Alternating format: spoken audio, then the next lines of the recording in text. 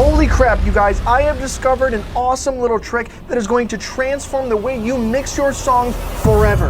And let me also mention up front, this secret is free. It will not cost you a dime. I most recently discovered this tool and started to implement it in one of my most recent songs I've been working on, and it's already increased the awesomeness of my mix by 10. So are you ready to make your mixes epic, punchy, loud, and awesome? Good, because I'm going to show you exactly what it is I'm using right now. This awesome little tool took my mix from sounding like this to sounding like this.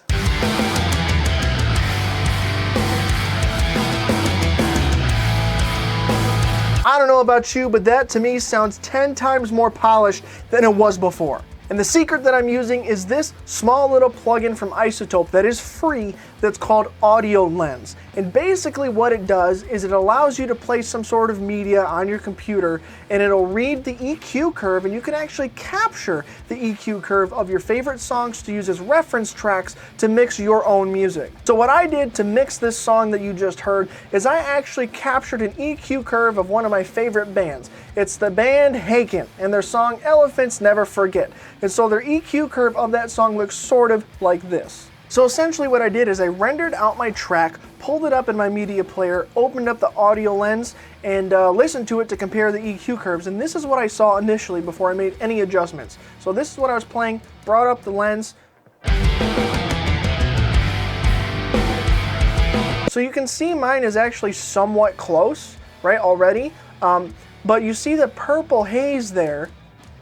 The purple haze is the EQ curve and dynamic variance of the Haken Elephants Never Forget song. And the white line that you see is mine. So if you look at this, you can see that I've got maybe a little more low end than I should, a little more mid there, a little bit more low mid, and then my high end is lacking. And I wanted to get my EQ curve to fit as closely to this one as I possibly could. So I went through and I pulled up the actual effects chain that I have at the very end of my signal chain for my songs and how I mix. And I went to my EQ, and you'll see some changes that I have here. There's usually some normal amount of EQ that I do anyways with the template I have set up, but I made some extra adjustments using this audio lens. And essentially, this is kind of what it sounded like before I made any of these changes, right? And this is back in my DAW.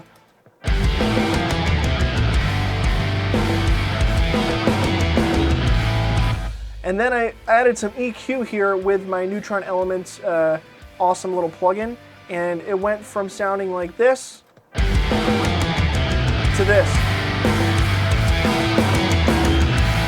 Already an improvement, right? Before? After. Right? And then I went and I looked back at the audio lens again, and at the end, after referencing that track, and I rendered that version out, my high end was still actually lacking. So I made some adjustments to my high end, but I did it in a different plugin because, as you can see with this aspect of the signal chain, I've already got some adjustments made. I didn't want to go even further and mess up and make things messy and confusing for myself. So what I did was I went to my master plugin and I made the EQ work on this end for the high end. So you can see the adjustments I made here at the high end, and it brought the mix from sounding like this before it to after.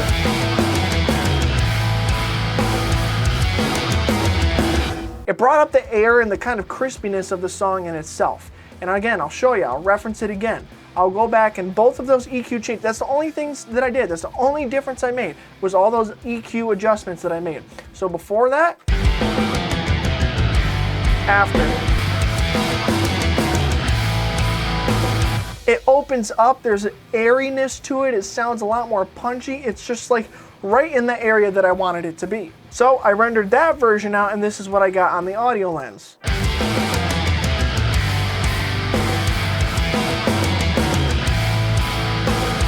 As you can see, my curve is pretty much in line with the curve from the Elephants Never Forget song. And now maybe I could bring down a little bit of the high mids a little bit to bring it in, and maybe at the top end there where it's drooped at the line between the high mids and the high, I could put that up, but I think this is close enough and it sounds really good to me. And I can make micro adjustments later to really fine tune it, but This brought my mix to life. It opened it up, it added an awesome sound to it.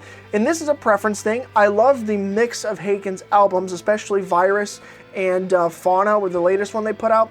Their mixes always sound nice, tight, and punchy, and they're kind of what I reference to go for my own mixes most of the time. And using this audio lens tool that is free, it allowed me to make these adjustments. Now yes, this is kind of a roundabout way to use this. I couldn't figure out a way to use the audio lens in my DAW because it isn't actually just open up on my desktop, so it's reading the audio that's coming through on my desktop. That's how you were able to play other music and capture an EQ curve, because you basically play Haken on Spotify, pull up audio lens, it'll read what's playing on your computer, you hit capture, and it's going to capture that EQ curve. So there you kind of have to jump through some hoops a little bit. You got to render your music out, play it in a media player, and then reference it, then go back to your DAW and make the EQ changes. But here's what I'll say. I'm cheap, I'm on a budget, and I'm sure you are also in the same boat for the most part. And the few of you that are not, well, lucky you. Ozone 11 Standard Edition does have EQ matching, where it basically implements this audio lens and allows it to just push a button and it'll match your EQ for you, like automatically, to whatever reference you have with the audio lens. The only caveat with that is it's like $300. I bought a basic package a couple years ago for like 50 bucks that came with some Isotope products, came with Neutron, Nectar, Ozone, RX, and a couple other things. That's version 10, but they don't have the EQ match capabilities. But this is my way to get around that. And come on, it makes such a huge difference. Your mixes go from sounding like this to this.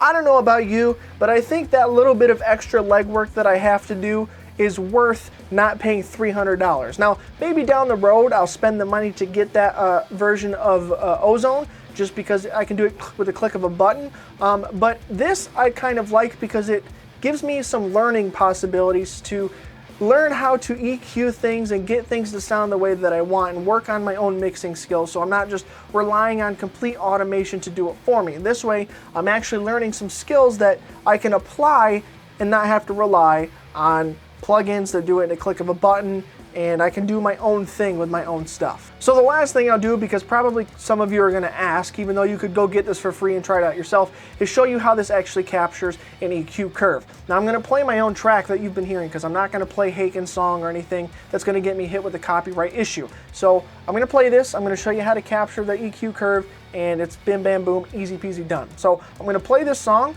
get it going, pull up audio lens, I'm gonna hit capture. Hit stop. Go over here and rename this to what the song is currently called, so you can reference it later, and bam, there you go. And there it is, my own song with its own EQ curve captured right there. I can reference this later on at any time I want for other tracks, and bam, I've got the EQ curve to match to this song if I like my own mix of my own song. Now I want to say off the bat, there are a lot of other things that go into mixing songs that I'm not discussing in this video particularly, because this kind of focuses on EQ. But EQ, as you've heard throughout this video, can make a humongous difference. I will provide a link down in the description for this free plugin, so you can go get it for yourself and start making your own awesome sounding mixes. And you have to let me know down in the comments what you think. Have you used this? Are you gonna use it? Has it helped you any? Just give me all your opinions down in the comments. And before you go, make sure you check out some of the videos on your screen, and I'll see you in the next video. You're welcome.